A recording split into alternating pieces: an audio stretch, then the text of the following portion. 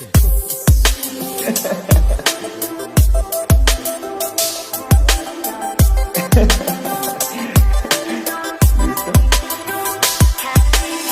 pues digamos que yo lo que voy a hacer es que si yo veo que no hay muchas preguntas,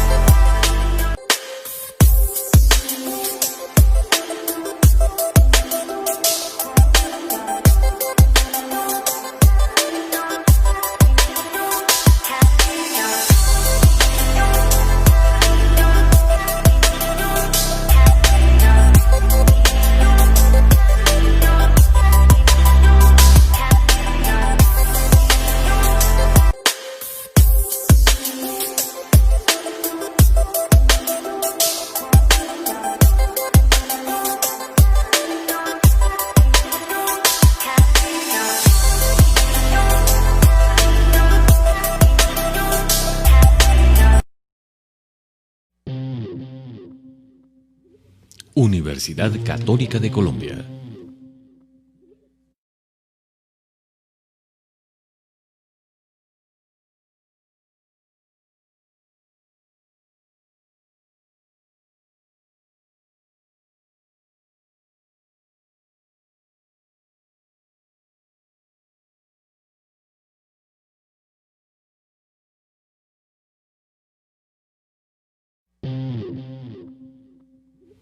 Universidad Católica de Colombia.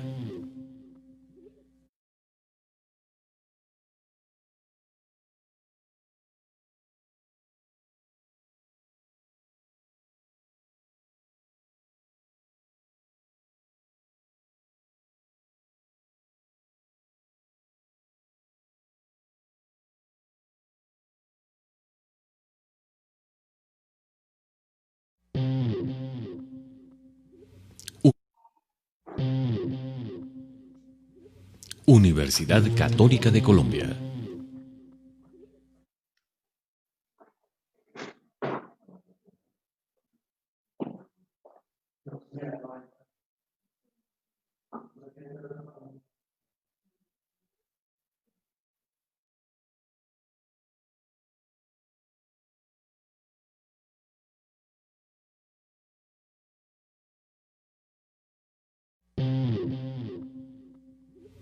Universidad Católica de Colombia.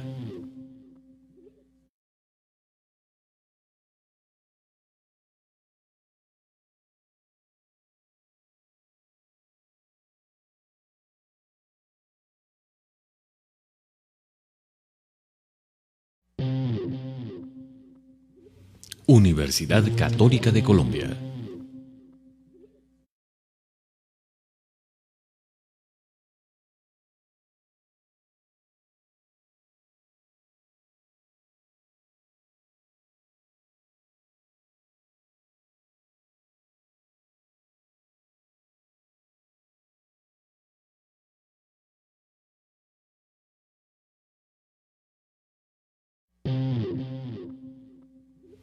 Universidad Católica de Colombia.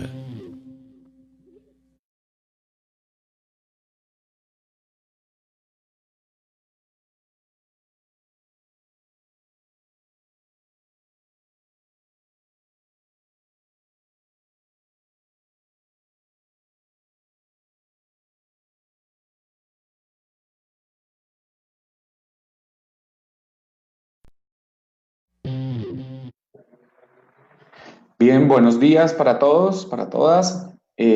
Vamos con la primera conferencia del día. Está con nosotros el doctor Eber José López Cantero con su conferencia titulada Efectos de prisionalización en guardias penitenciarios. Doctor López, muy buenos días. Buenos días, David. Gracias por el espacio en este importante congreso, en este primer congreso pues, que nos convoca a varios profesionales a través de estas herramientas tecnológicas. El día de hoy, pues, compartirles algo del trabajo que he venido realizando durante los 2 últimos años, mirando un tema que casi no es estudiado en esta población, porque por lo general el tema de los efectos de prisionalización se ha estudiado en la población privada de la libertad, es decir, en los internos, más no en quienes conviven en este mismo contexto, pero diferentes estudios y diferentes aspectos también han ido señalando que hay algunas consecuencias derivadas de ese proceso. Eh, Como ya David ha hecho la presentación, José López Cantero, yo soy psicólogo egresado de la Universidad Nacional de Colombia. En la actualidad estoy realizando mi doctorado en psicología, tengo una maestría en Derecho con profundización en Sociología y Política Criminal, también de la Universidad Nacional de Colombia, bueno, con una experiencia de trabajo en la academia, en la docencia, en la Universidad Nacional de Colombia, en la Universidad de los Andes, la Universidad Católica, pues que ha sido mi casa durante los últimos años, y en la Universidad del Bosque también en pregrado, en la Universidad Católica en pregrado y posgrados. Bueno, entremos un poco en materia de los efectos de prisionalización. Para ello, he colocado como unos antecedentes que justifican el por qué pensarnos los efectos de prisionalización, no solo en la población privada de la libertad, sino en los demás actores que conviven en el sistema penitenciario también. Eh, pues como se puede evidenciar en los estudios acá de BAES que estoy relacionando, este tema ha sido más estudiado en población privada de la libertad, diciendo que precisamente el estar en estas instalaciones y convivir con temas subculturales diferentes a los que cotidianamente tendríamos en libertad, genera unas condiciones particulares y genera que las personas que conviven en ese entorno adopten también unas condiciones particulares y unas características de comportamiento adaptadas a ese contexto. Eh, Uno de los grandes problemas que afronta nuestro sistema penitenciario, en el caso colombiano, es el tema de la densidad poblacional, o algunos le han denominado hacinamiento, pues otros hablan precisamente, para no ponerlo en términos negativos, el tema de la densidad poblacional, que en la mayoría de los establecimientos supera la capacidad que estos establecimientos tienen, la capacidad que nuestro sistema penitenciario tiene para albergar a las personas, lo cual también deriva en unos problemas de salud. Como se ha pensado, más que todo desde la perspectiva del privado de la libertad, un poco la invitación en este estudio y también en esta conferencia, en este espacio que vamos a estar compartiendo, es a pensarnos en los otros actores, porque muchas veces en nuestro contexto nos sucede como profesionales que pensamos en las necesidades del usuario, nos quedamos siempre en las necesidades del usuario, del consultante, bueno, dependiendo del contexto, el nombre que este reciba, pero pocas veces se piensa en también las necesidades, o en lo que las necesidades de ese usuario llega a derivar y a generar en el funcionario, en el psicólogo, en el profesional que está atendiendo a diario a diversas poblaciones.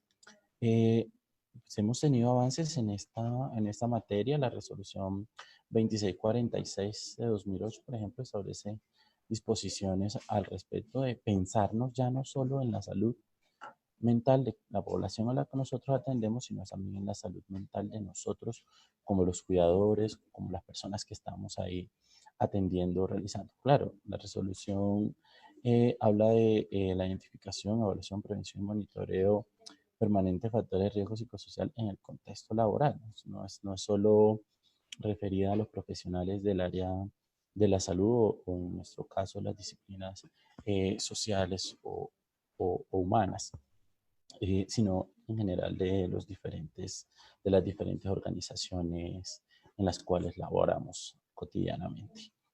Eh, para estos fines, el Ministerio de Protección, pues un año después, entre 2009 y 2010, realizó un estudio pues, que apuntaba precisamente a diseñar una batería de instrumentos que permitiera evaluar cuál era el riesgo al que estaban expuestos, al que estamos expuestos los trabajadores en los diferentes contextos. Pero como pues, lo señalaba, se queda ahí en el nivel general y un poco la investigación pues trata de puntualizar a un nivel específico en unas condiciones particulares cuáles son, digamos, esas características que podrían adoptar o esas afectaciones que se podrían generar en la población.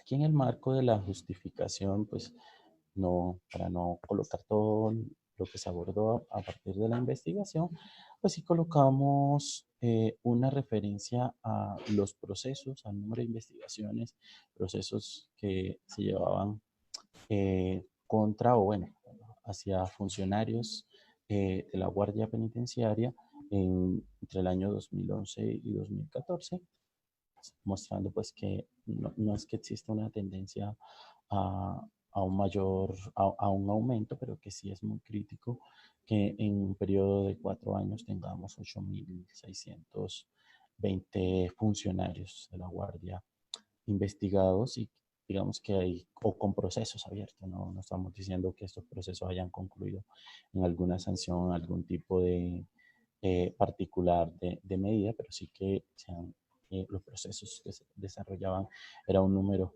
elevado pues para comparado con el grueso de funcionarios que conforman el sistema penitenciario. Entonces de ahí es pensarnos precisamente qué es lo que podría estar incidiendo en que esta fuera una de las, digamos, de las consecuencias, el de pronto incurrir en actividades también alejadas del ordenamiento jurídico, como es el ingreso de sustancias prohibidas, el favorecer eh, comportamientos o cuidados preferenciales de unas personas, bueno, y diferentes procesos en los cuales podemos ver que encontrar que eh, inme- entran pues diferentes funcionarios del área de seguridad. La prisionalización ha sido definida pues, por diferentes autores. Una muy clásica, la definición de Rico en 1987, como la adopción en cualquier grado, ya sea mayor o menor, de usos, costumbre, tradición y cultura general de los establecimientos, de los entornos penitenciarios. Entonces, desde ahí nos vamos a parar para ver cuáles, o el interés del estudio se centra en cuáles son esas eh, costumbres, cuáles son esas tradiciones, esos usos, o digamos que esa contaminación, por decirlo de alguna manera, que van a recibir nuestros funcionarios o adoptar nuestros funcionarios a la luz de ese contexto. Aquí es importante conversar un poco de pronto para quienes no conozcan muy a fondo el tema de la prisión o de cómo funciona el tema de la seguridad. Es importante considerar que los funcionarios de seguridad pues tienen unos turnos eh, a 12 horas, es decir, a una jornada completa noche o día con bueno, ciertos recesos y demás, pero son unas jornadas bastante extensas. Igual quiere decir que ellos la mitad del tiempo de su día lo están conviviendo en el escenario penitenciario, lo están conviviendo con personas privadas de la libertad, lo están conviviendo con otros funcionarios, otros compañeros del entorno, Entonces, es ahí donde, digamos, como marca una diferencia con cualquier otro escenario laboral, porque pues, estamos en jornadas un poco más cortas o mucho más parcializadas. No solo compartimos con una población específica o con unas particularidades o de las cuales se hayan enumerado particularidades en torno a los efectos o a la adopción de una cultura particular. Tenemos en el 2007 también una definición de Tapia, Salas y Solórzano, quienes se refieren a los efectos de prisionalización nuevamente en los condenados, que es la población que mayormente ha sido estudiada, pero acá quiero señalar el tema de la adopción de códigos morales diferentes. Estamos en pues, digamos, en el contexto penitenciario nos enfrentamos a un escenario donde el tema de la anomia, el no respeto por la norma, el tema de la falta de adherencia en la población a lo que es la norma formal o a la norma social misma, pues prevalece por diferentes circunstancias. Digamos que la misma situación que lleva a muchas personas a este entorno, pero también las diferentes estrategias que se deben adoptar para sobrevivir en ese contexto, para adaptarse a este contexto. Entonces, digamos que esta adopción de unos códigos morales nuevos o unos códigos morales diferentes o asociados más a la vida en el contexto penitenciario, llevan a diferentes autores a hablar de una subcultura carcelaria. Es un poco lo que nos interesa, cómo definitivamente se construyen toda una serie de valores, de costumbres, de usos y demás en ese contexto penitenciario. Y ya la definición de Echeverry en 2010, que ha sido de hecho uno de los estudios o de los investigadores más citados en el tema de efectos de prisionalización, pues habla del individuo, no solo habla del contexto, no solo habla de la subcultura que se genera en torno al relacionamiento con pares y con los demás actores del sistema, sino habla las consecuencias que esto tiene en el individuo como resultado directo de su estancia en la prisión. En este caso, por el resultado directo de el tiempo de permanencia en prisión y las necesidades propias o las demandas propias del trabajo. Acá vamos a ver diferentes aspectos, como el estar en una prisión, el pasar la mitad del tiempo de su vida, de su día, eh, en prisión puede llegar a afectar diferentes aspectos. ¿Cuáles son las consecuencias que pueden derivar de este entorno en el proyecto de vida? Por poner algún ejemplo, entonces el verse inmersos en conductas de tipo delictivo que cambian totalmente el proyecto de vida de cualquier persona en función de, tienen que por lo menos verse y dedicar recursos y tiempo a un proceso. Está el tema de ausencia de expectativa frente a lo que puede representar o no una carrera o una vida laboral, una vida profesional en el sistema penitenciario. A nivel, digamos, individual también podemos ver aspectos como ansiedad, el estado emocional, cómo va a variar, cómo va a verse afectado precisamente en el relacionamiento con ese otro, que es la persona privada de la libertad, que muchas veces ese relacionamiento está mediado por la creencia de que estas personas, por haber cometido un error, pues no se merecen nada, no se merecen las condiciones que se les pueden brindar y todo. Digo esto desde la perspectiva del funcionario. En muchos casos se ha evidenciado en la investigación.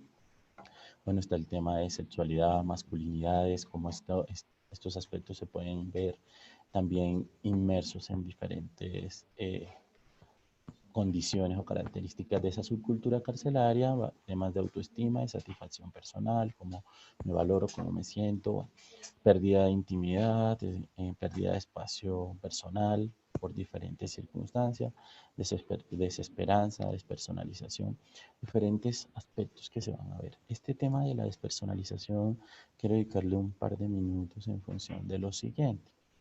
Resulta que nosotros como profesionales o personas que trabajamos en las ciencias humanas o sociales, sean quienes tienen que estar en constante contacto con la población, como son los funcionarios específicamente de seguridad, los guardias penitenciarios o nosotros los psicólogos o cualquier otro profesional de esta disciplina, pues debemos un poco no, debemos nuestra función precisamente al ser de la persona, a las necesidades y demás. Pero en los estudios se ha encontrado, y bueno, algo que también vamos a ver más adelante cómo está presente en esta investigación, se ha encontrado cómo se llega a generar precisamente a mirar a ese otro simplemente como un objeto y no como un sujeto, ¿no? Como esa persona que requiere de mi atención, no como esa persona a la que le puedo brindar un apoyo, un soporte, o la que estoy llamado a brindarle un servicio que es cuidar su integridad personal, sino que simplemente se ve como el objeto, digamos, que yo tengo aquí a disposición para diferentes circunstancias que ya también iremos viendo alrededor de la presentación. Pero ¿qué nos lleva un poco a esto? Digamos que en el tema de las prácticas de cuidado, en el tema de desgaste emocional que está ligado, obviamente, no solo al contexto laboral del sistema penitenciario, sino a diferentes contextos, vamos a encontrar lo que se ha llamado pues, factores de riesgo, lo que se ha llamado factores protectores para el desarrollo de diferentes, eh, eh, digamos, condiciones particulares alrededor del ser humano.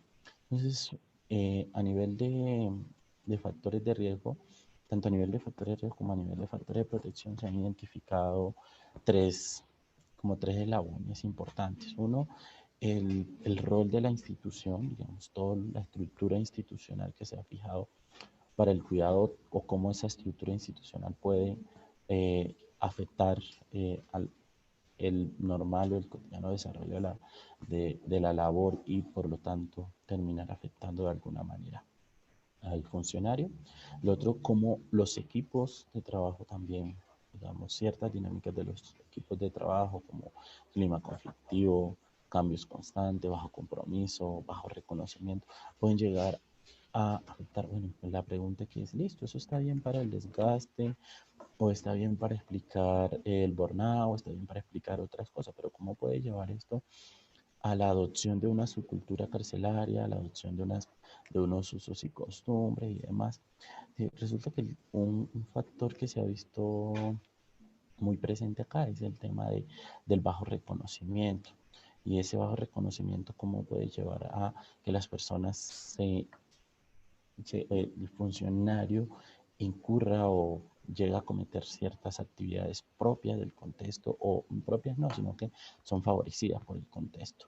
Igual que el tema del bajo compromiso. Entonces, como no hay un bajo compromiso, me adapto precisamente a todas las particularidades, a las condiciones del contexto, y termino tratando a esa persona como uno más, no como esa persona que debo cuidar y demás, sino como una persona que no merece ciertas cosas. Y bueno, a nivel ya individual están pues, las variables del sujeto, entre las cuales pues, se puede hablar de la autoexigencia, se puede hablar de la formación académica misma. Consideremos que el perfil de ingreso de personas a esta función de guardia en el sistema penitenciario pues no necesariamente implica que tenga una carrera profesional, no necesariamente implica una formación a nivel técnico o tecnológico. Pueden ser personas bachilleres que han prestado su servicio militar en el sistema penitenciario, como guardias del sistema penitenciario, quienes realizan un curso adicional de 6 meses y ya pueden ingresar a laborar en la institución, o digamos si ya son personas que no que entran con el bachiller, como bachilleres, entran sin haber pasado por prestar el servicio militar en el sistema penitenciario. El ingreso pues se da después de un curso de formación de un año impartido por la misma escuela penitenciaria, donde diferentes investigaciones y también diferentes personas cercanas al trabajo en el contexto penitenciario han evidenciado la necesidad de formar en el tema humano, pues obviamente atendiendo la necesidad del tema de seguridad, que es donde el entrenamiento actualmente se está centrando mucho más. Y pues ya en esto también hay que decirlo, hay avance. La escuela penitenciaria ha desarrollado y está impartiendo cursos pensados eh, en lo que es el rol del funcionario como un servidor penitenciario que debe su labor precisamente a las personas que está cuidando a las personas, que debe garantizar su seguridad, que también es importante mencionarlo, no son solo las personas privadas de la libertad, sino cada persona que ingresa por diferentes circunstancias laborales, por diferentes circunstancias pastorales, sociales, bueno, y demás, al entorno penitenciario, se convierten en una responsabilidad para el servidor penitenciario, específicamente para el personal de guardia y custodia.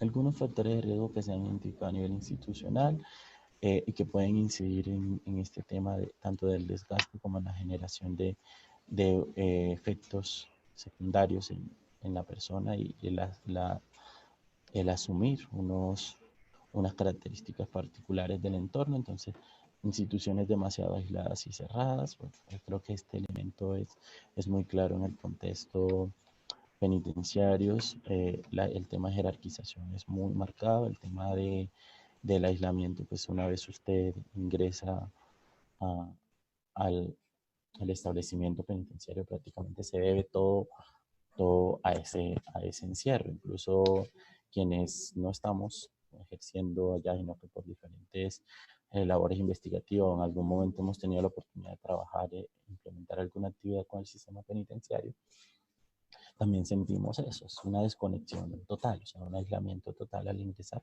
por condiciones propias de seguridad, lo cual no estamos señalando como en la investigación como negativo, sino que estamos diciendo que es un factor que lleva o que influye en esta generación. Escasez de recursos materiales técnicos, cambio de personal, escasez de personal, bueno, acá un poco la rotación del personal, el cambio constante de personal está más en función de la rotación, el cambio de establecimientos y demás, y la escasez de personal también es algo que ha sido muy señalado desde diferentes investigaciones o desde las mismas instancias y directivas del sistema penitenciario. Sobrecarga de trabajo, tanto a nivel físico como a nivel mental,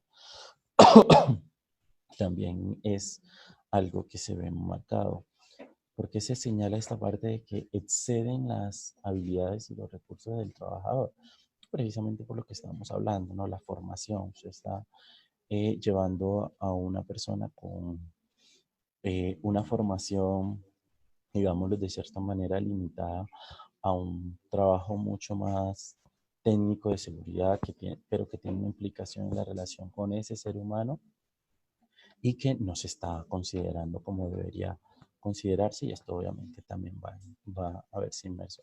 Jornadas laborales largas, creo que también ya lo he señalado, bueno, el tema de contrato a término indefinido, baja remuneración o salario, pese a que por otros, cuando se les pregunta a otros, a personas cercanas al contexto, pero que no laboran en la institución, señalan que la remuneración que reciben los funcionarios de seguridad es adecuada, pues debido a las implicaciones y a la carga que tiene el mismo contexto, diferentes, un porcentaje del 65% en las investigaciones de la población participante, nos está señalando que no, digamos que ellos no sienten esa satisfacción con el tema de que realmente tiene y que el salario, la remuneración que se está recibiendo sea adecuada para todo lo que implica su trabajo. Bueno, el tema de estilos de liderazgo autoritario y vertical, eso también está muy presente.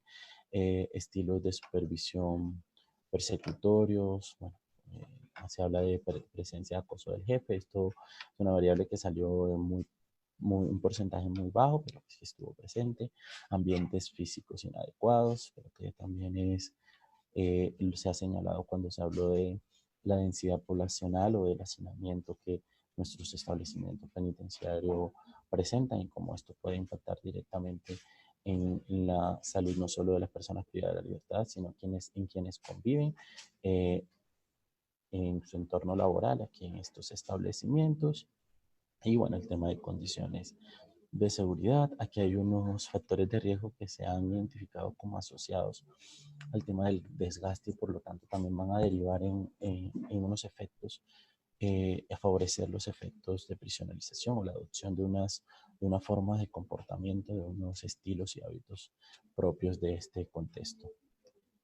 Pero ya pensados un poco más no en el individuo, no en la institución, perdón, sino en el equipo de trabajo, miembros de equipo de trabajo que no están especializados, ya ha sido señalado, ambigüedad de rol, falta de claridad sobre los derechos, responsabilidades, los métodos, no solo de ellos como funcionarios o parte del sistema, sino también de las personas a quienes ellos deben su atención, conflictos de roles, sobrecarga de rol o incongruencia, entonces percepción de funcionarios que están en el área, que aparte de la labor de seguridad cumplen con labores administrativas, de una sobrecarga o un solapamiento de roles donde prima el tema de seguridad y en el momento le toca simplemente salir y responder y demás.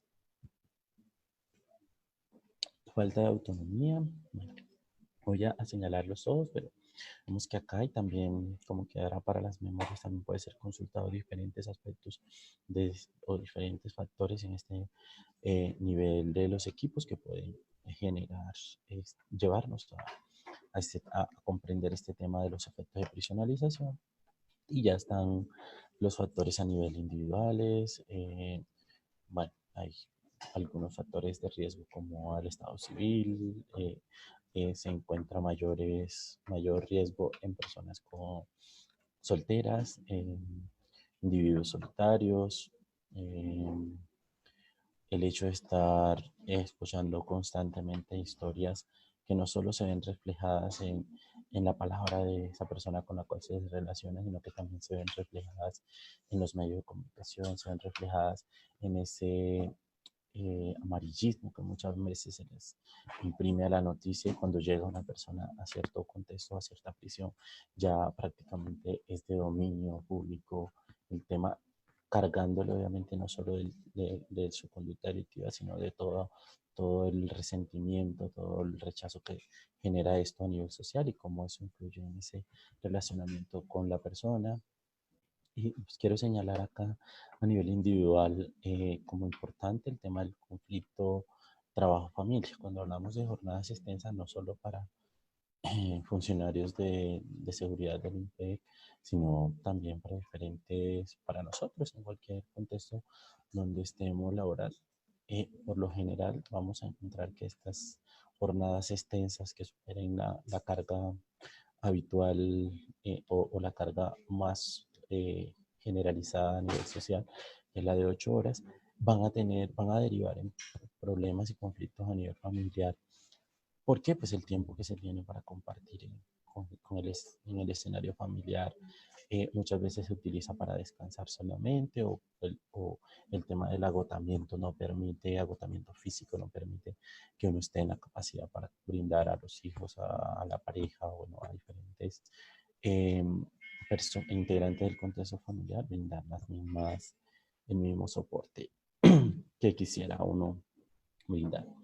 Bueno, algunos de los características o los eh, aspectos psicológicos que se han identificado y como que influyen en el tema de la personalización, eh, de la prisionalización, el efecto de prisionalización por Echeverry 2010, son el tema de la personalización, que ya lo habíamos mencionado, entonces la pérdida de esa investidura de sujeto que debería tener el otro al cual se debe la función que se está prestando, el tema de ansiedad en estos contextos, o sea, se tiene que responder por la seguridad de muchas personas con un recurso más bien limitado, el tema de la pérdida de intimidad en función de esta, hay una exposición total a los usuarios a los cuales se está prestando y son personas que pues también tienen sus habilidades y sus recursos para, digamos, inmiscuirse en la vida del otro y tomar esa vida del otro incluso para usarla a su favor y conseguir cosas eh, en beneficio propio. Bueno, está el tema de autoestima, control sobre circunstancias personales, el tema de ausencia de metas. Si nosotros relacionamos este tema de ausencia de meta con el hecho de que son personas con una formación y también con una escasa edad, porque pues, cuando son bachilleres estamos hablando de personas obviamente mayores de 18 años, pero pues que no alcanzarán en promedio, por lo menos quienes ingresan, estoy hablando del perfil de ingreso, de los 23 años. Entonces también hay un proceso de madurez que está inmerso ahí en el relacionamiento con ese otro. Vamos a cuidar personas, vamos a tener poder sobre esas otras personas y demás aspectos, ¿no? El tema de la sexualidad y el tema de la sensación de desamparo institucional. Voy a pasar un poco estos aspectos, pero eh, quiero señalar que el tema de los reglamentos, el tema de las restricciones, la densidad poblacional, eh, esa subcultura a la que se está refiriendo precisamente en diferentes aproximaciones de efectos de prisionalización, van a marcar un tema, digamos, un, un factor importante a la hora de decir que se asume un nuevo comportamiento por parte de estas personas, por lo menos mientras está al entorno, dentro del entorno de la prisión.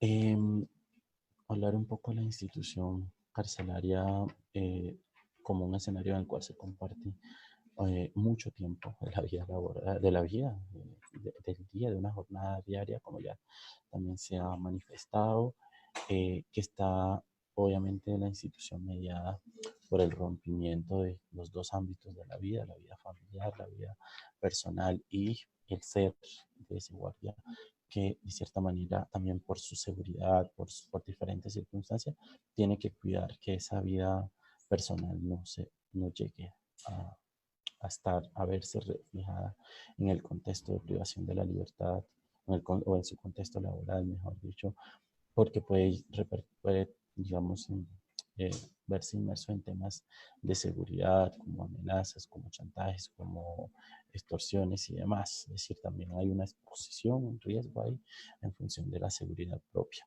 que los lleva pues a tener una separación muy marcada en eso de la vida que tengo acá en el contexto laboral y la vida que tengo una vez termino mi jornada y salgo de acá, un espacio de segregación, donde todos, digamos, se marca un tema de jerarquías y un tema de cada quien en su rol y cada quien es una persona privada de la libertad, por decirlo de una manera cordial y no frases que escucha uno cuando está abordando entrevistas con los funcionarios de seguridad. Y yo soy acá quien mando, yo soy quien tengo el poder, los regímenes estrictos en función de los roles, y bueno, en función de diferentes aspectos. Eh, en el funcionario, entonces, ¿qué puede estar, qué genera este entorno penitenciario? Vamos a encontrar tensión, la efecto de prisionalización, que es nuestro tema de interés, el estigma, una subcultura, o sea, la adopción de esa subcultura, el comportamiento a la luz de lo que va generando esa subcultura, el tema de la anomia, que es muy marcado, ya también lo he referido, es un contexto donde pues el respeto, la adherencia a la norma es total, digamos, un nivel muy bajo, no estoy diciendo que sea el 100%, pero es un nivel muy bajo ese respeto a la norma porque se construyen unos nuevos sistemas de regulación a nivel social y a nivel formal ahí en el contexto penitenciario, bueno, ambientes adversos, contaminados, congestionados y el tema de la educación. No me voy a quedar mucho en el marco legislativo, van a poder consultarlo también. Y aquí está, digamos, quizá el, el centro, el corazón de la investigación, porque no se quiso centrar simplemente, digamos, en los efectos de prisionalización, en lo que generaba en el guardia eh, todo el rol de la seguridad, el tener que responder por la seguridad, sino poder mirar la atención y cómo eh, esa tensión que se genera, una tensión que se genera en el rol de esa persona que debe mostrar autoridad, que debe brindar su vida personal, de que no sea expuesta en el contexto penitenciario, y la puesta en marcha de a qué deben, precisamente a qué se debe el servidor. Entonces aparece este tema de la atención y el tema de la intervención como la función de la privación de la libertad, el tema de la resocialización y cómo a través de herramientas de atención no solo se busca mitigar los efectos y superar los daños e impactos de la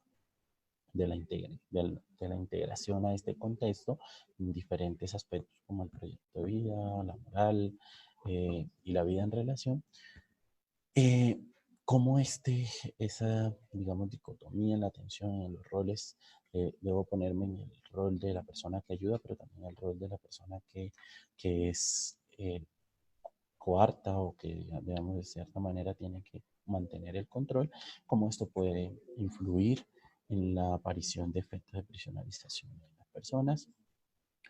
Aquí está el tema de los tres niveles de cuidado que que había expuesto anteriormente, lo habían expuesto como mirando los factores de riesgo que se pueden presentar en cada nivel, pero la invitación es un poco a que revisemos también cómo pueden existir estrategias que blinden o que por lo menos minimicen el riesgo de la generación de desgaste, por lo tanto también el riesgo de aparición de efectos de prisionalización, como el tema del autocuidado o como se ha referenciado, se ha descrito en diferentes investigaciones que puedo hacer yo mismo por cuidar mi salud física, mi salud mental y diferentes aspectos.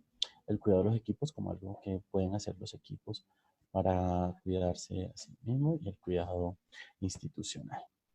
La metodología para esta investigación, bueno, hablar que fue un estudio de tipo descriptivo selectivo por muestreo no probabilístico y a conveniencia.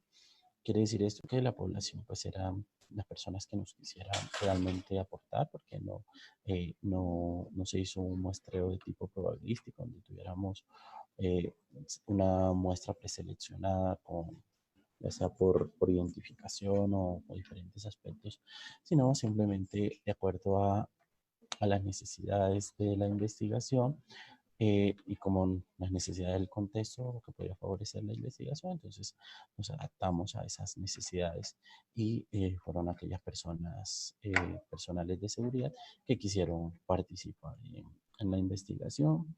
Acá les comparto un poco de la muestra.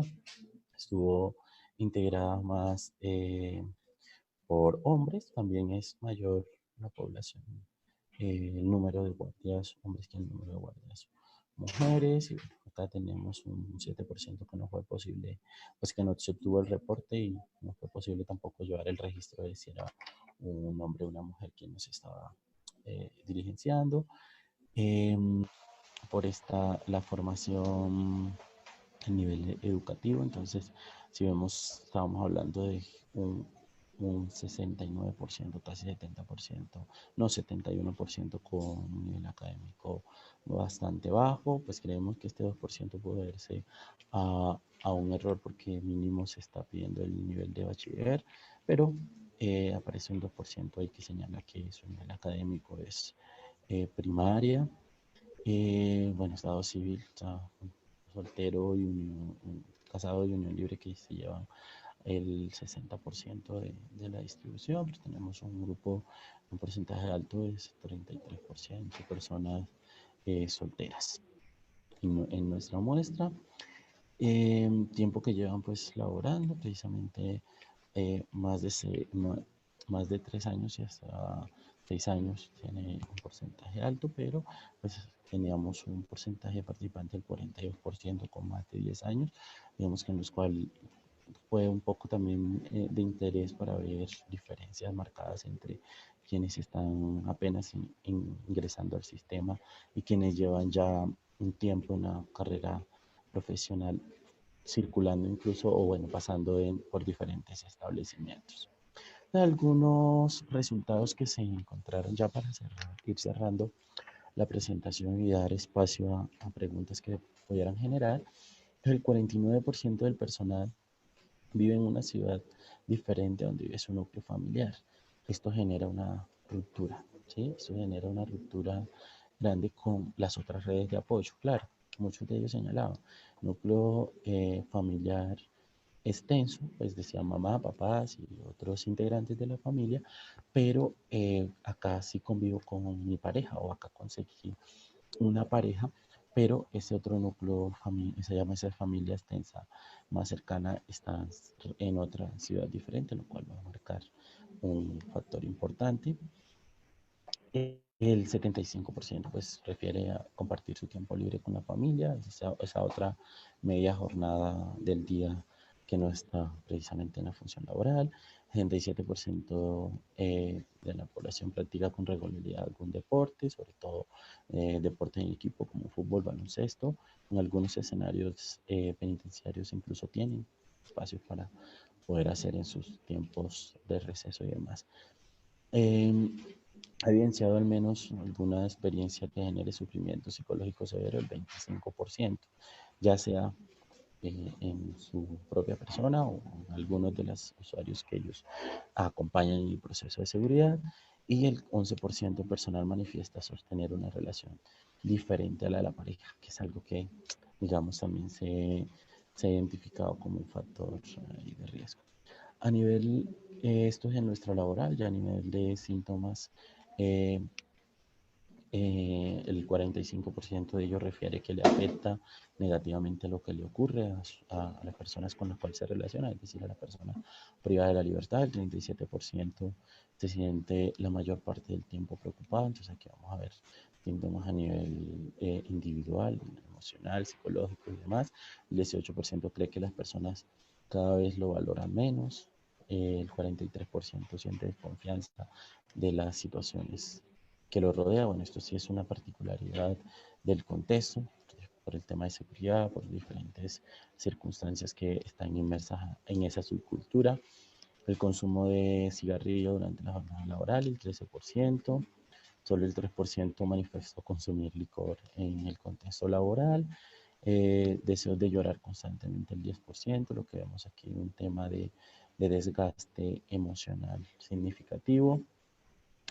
El reporte de presencia de acoso laboral solo el 37%, es mucho más mujeres, guardias mujeres, como ese reporte, y el 46%, 46,5% consume con frecuencia licor, no en el contexto laboral, por eso está diferenciado el 3% en el contexto específico laboral. Perdón, que esto se me pasa un poco. En la satisfacción con la tarea, el 53% afirma que su remuneración económica no es acorde a las funciones, era algo que también había señalado de entre los factores de riesgo. El 66% de los participantes ha percibido al menos una vez exceso de trabajo. Bueno, este sí es muy, muy marcado también. Y el 63% de los miembros de la institución, es decir, de los participantes, alguna vez han laborado horas adicionales a la jornada ya reportada. 27% ha reportado haber laborado siempre horas adicionales. Algunos resultados ya en el inventario de Maslow que también quisimos aplicarlo para ver cómo estaba el tema de agotamiento emocional, de personalización y demás. Bueno, en agotamiento emocional, 18,5 una puntuación de 18,55.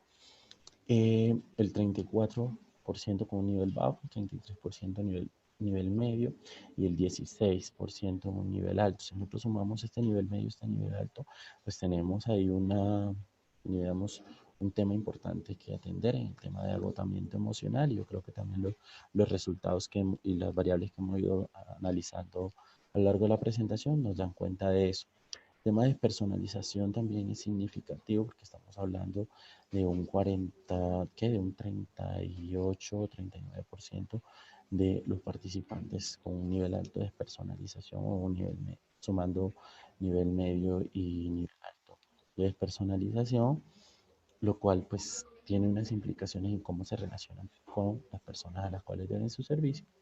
Y por último, ya en la escala de realización personal, pues puntuaron un, un nivel bajo, una 28,3, 39 un nivel medio y un nivel 18,1 un nivel alto. Pues acá lo que se busca es que las puntuaciones sean contrarias, entonces podemos ver una puntuación de 23,76%, un porcentaje de 23, perdón, un porcentaje de 28,3 con nivel bajo es algo significativo para los resultados. Esta, digamos, fue una aplicación o una información complementaria que quisiéramos tener para ver cómo estas puntuaciones en agotamiento emocional, de personalización y demás, podrían influir en la generación en la aparición de efectos derivados de la personalización.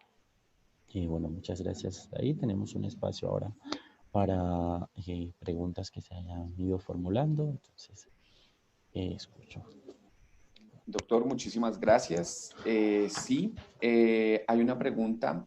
Nelly Joana pregunta, ¿en guardias con mucho tiempo de trabajo se ha visto alguna evidencia de depresión, agresión hacia su familia o suicidio? Bueno, el tema del suicidio ha sido, digamos, sí ha aparecido. Hemos tenido casos registrados en Colombia en que el tema del suicidio ha sido o ideación o intento suicida. Entonces, es una variable que sí está ahí marcada. No podemos atribuirla única y exclusivamente al tema de la extensión de la jornada, como plantea Nelly la pregunta, porque pues son diferentes factores. Es un tema multifactorial ahí que nosotros podemos evidenciar.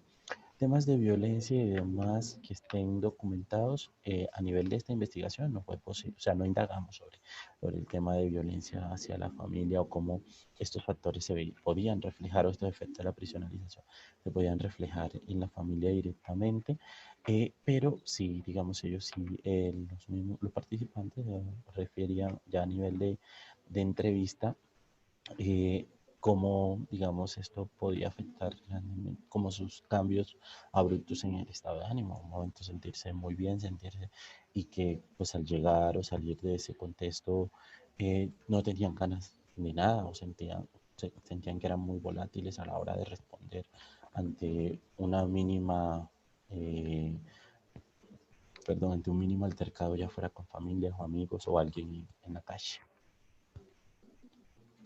Perfecto. Patricia pregunta, ¿se ha estudiado en esta población el efecto que tiene el estar enfrentado al conflicto de sus principios y valores con lo que se evidencia en el contexto laboral?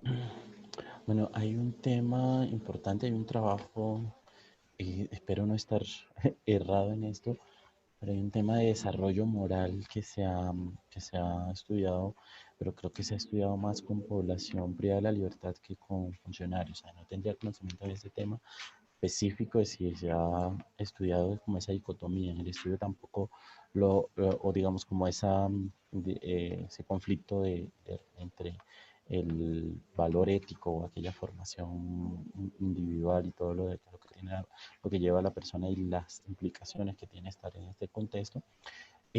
Pero, digamos, la referencia no fue una variable que se incluyera así, pero algunas referencias específicas siempre estaban dadas hacia la negación. O sea, yo me vi inmerso en un proceso, pero pues yo no hice eso, o yo lo hice porque la seguridad de mi familia estaba en riesgo o diferentes circunstancias. Entonces sí se ve como ese conflicto ahí entre el tema de valores, ética y demás, y el trabajo, pues con lo que implica el contexto, muchas de las cosas que implica el contexto, porque tampoco es generar una justificación frente a que eso tenga que hacerse de esa manera, ni mucho menos. Bueno, doctor, pues muchísimas gracias por su tiempo. Creo que es un tema que nos abre bastantes inquietudes frente al devenir de esta parte tan importante en un país como el nuestro, donde todos los días las cifras son más altas, ¿no? En cuanto a temas de privados de la libertad. Bueno, David, muchísimas gracias. También muchísimas gracias a las personas que pues, se conectaron para escuchar esta presentación, esta intervención y bueno, nos veremos por ahí en alguna otra ocasión y además también grato saber que estamos utilizando todas las herramientas posibles para llevar y compartir nuestros resultados de investigación. Gracias. Doctor, muchísimas gracias y ha sido para nosotros un gusto tenerlo en el Congreso. Que esté muy bien. Gracias, David. Bueno, igualmente. Bienvenidos al primer Congreso Internacional de Psicología Online. Psicología para Todos 2019. Más de 50 conferencistas, 6 países invitados, Colombia como anfitrión. Conferencias con transmisión simultánea en lengua de señas y 100% online. La salud es un estado de bienestar físico, mental y social, y no solamente la ausencia de afecciones o enfermedades.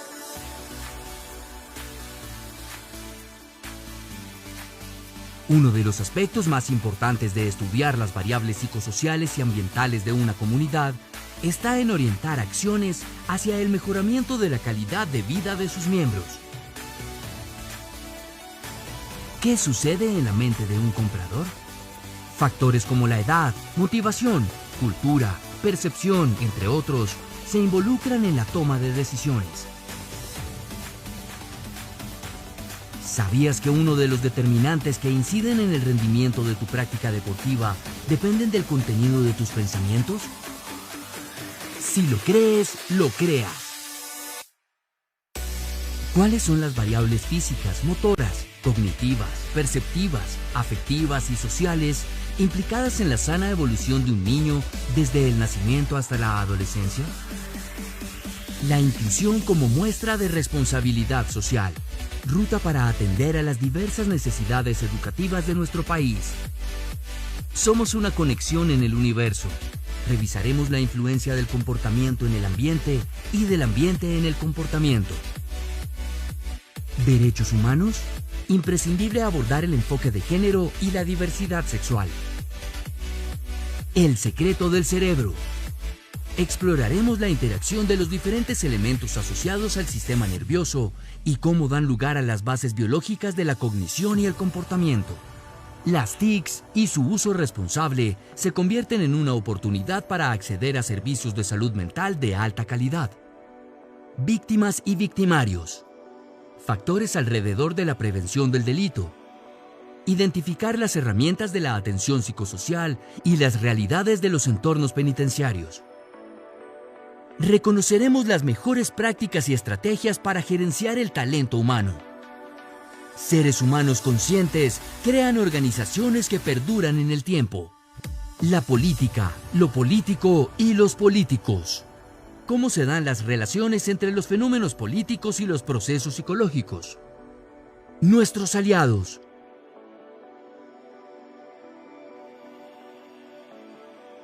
Organiza Conexiones Consultorías. Partner académico Universidad del Bosque, con el aval de ASCOFAPSI y Universidad Católica de Colombia. Bienvenidos al primer Congreso Internacional de Psicología Online. Psicología para Todos 2019. Más de 50 conferencistas, 6 países invitados, Colombia como anfitrión. Conferencias con transmisión simultánea en lengua de señas y 100% online. La salud es un estado de bienestar físico, mental y social, y no solamente la ausencia de afecciones o enfermedades.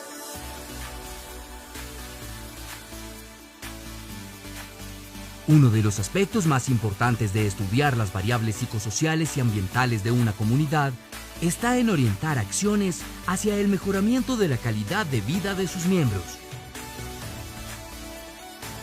¿Qué sucede en la mente de un comprador? Factores como la edad, motivación, cultura, percepción, entre otros, se involucran en la toma de decisiones. ¿Sabías que uno de los determinantes que inciden en el rendimiento de tu práctica deportiva dependen del contenido de tus pensamientos? Si lo crees, lo creas.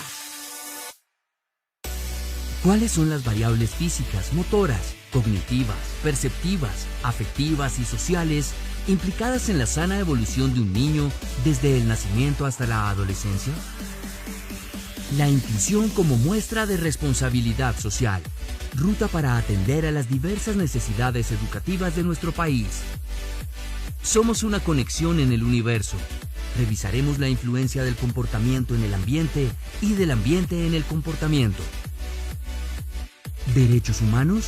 Imprescindible abordar el enfoque de género y la diversidad sexual. El secreto del cerebro. Exploraremos la interacción de los diferentes elementos asociados al sistema nervioso y cómo dan lugar a las bases biológicas de la cognición y el comportamiento. Las TICs y su uso responsable se convierten en una oportunidad para acceder a servicios de salud mental de alta calidad. Víctimas y victimarios.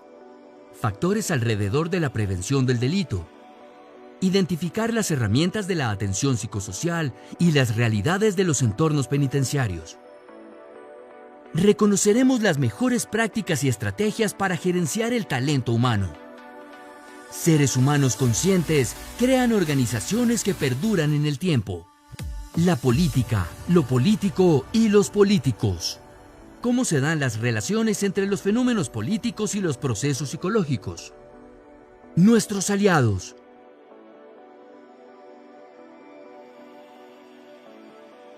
Organiza Conexiones Consultorías. Partner académico Universidad del Bosque, con el aval de ASCOFAPSI y Universidad Católica de Colombia.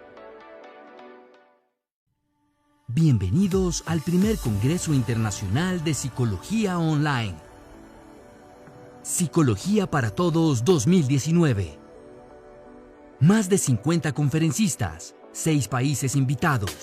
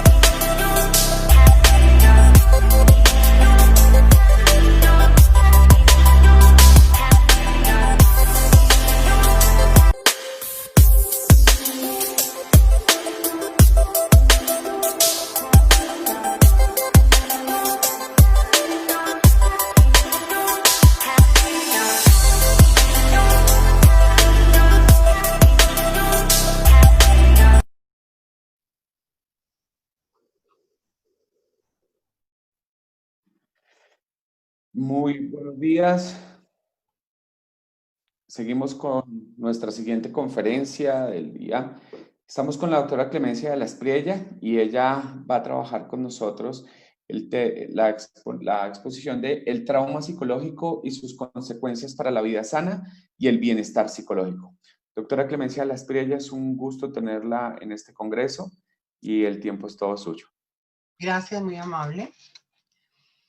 Buenos días para todos los que me están escuchando. Muchas gracias por asistir acá. Como dijo mi presentador, el tema de la charla de ahora se trata del trauma psicológico y sus consecuencias para la vida sana y el bienestar psicológico. Nos vamos a, en este corto tiempo, que realmente es un tema muy pesado, vamos a tratar de hacer un resumen muy bien hecho sobre en este momento la definición de trauma y las diferentes clasificaciones de trauma en los manuales diagnósticos y otras aproximaciones, cómo está. Luego miramos un poco la explicación. Yo creo que rastreando un poco el término de trauma, nos podemos ir a finales del siglo XIX, principios del siglo XX, con psiquiatras, sobre todo franceses, que abordaban toda la parte de enfermedad mental. Ellos se refirieron a que es un estímulo muy aversivo para las personas que causa daños impredecibles y muchas veces graves, ¿sí? Sin embargo, yo les traje de esa misma época un autor que es Janet, también de la misma época, finales del siglo XIX y principios del siglo XX, y para que ustedes vean cómo, puedan comparar cómo lo que él dijo o que él escribió en ese momento sigue teniendo vigencia. Él habló principalmente de tres componentes. Primero, ante un trauma, la exposición a un acontecimiento estresante, es decir, la persona se ve enfrentada a un acontecimiento muy duro que sobrepasa sus emociones. Ese, digamos que es el segundo componente que él propone. Y el tercero es una fobia al recuerdo que le impide integrar lo que pasó en las diferentes áreas de su personalidad y su psicología, ¿no?